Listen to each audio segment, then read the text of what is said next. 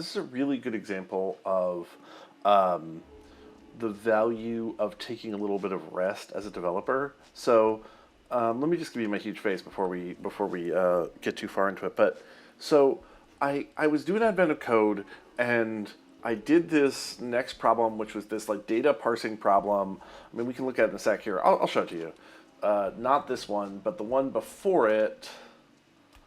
On the second day, it was like, hey, here's this thing, and you got to parse this data in this really smart way, and you got to be able to like use regex to find the position. So I was like, okay, I did that. Now, I happen to think that my skills in regex are better than most of my other programming skills, just because I've done a lot, solved a lot more like dynamic problems in regex than I have with anything else.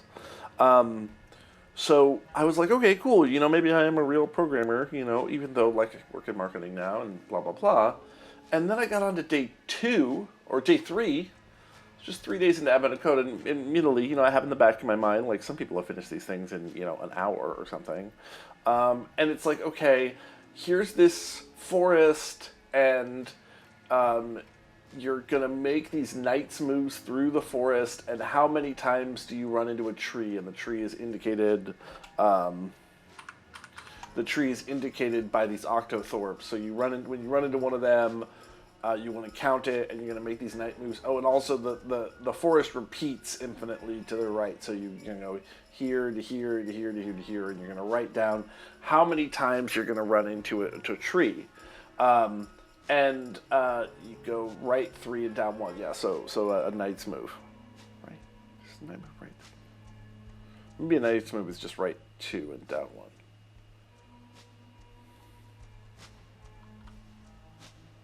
Yeah, knight's move is just right 2. So you make this move. I don't know. You make this move. 1, 2, 3, and then down 1. 1, 2, 3, and then down 1. And I just looked at it, and I just finished day 2, and I was just like, I can't do this.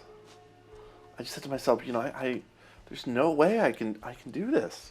And I just had that feeling of like, oh, right, because I'm not a real software developer. I don't have a CS degree. I don't code full-time. I haven't coded full-time in, 2 years. And I just was like, oh, I'm reaching my limits with Advent of Code. And the way that I got through that block was not writing code, at least not at my desk. And I haven't been sitting down at my desk to do this in a few days. I was just having coffee this morning with my housemates, eating some crudité, and I was just like, oh, I know how to do this. I can solve this. Like, this infinite repeating thing is not as hard as it looks. All you're saying is when your index is up at, let's see, this thing is, I don't know, 1, 2, 3, 4, 5, 6. So this is 12 wide. So when your index is 13, it means you just go to 1. It's like, oh, I can write something that does that. Like I can do just tell me how many times you've gone all the way up to 12 and go back to the beginning.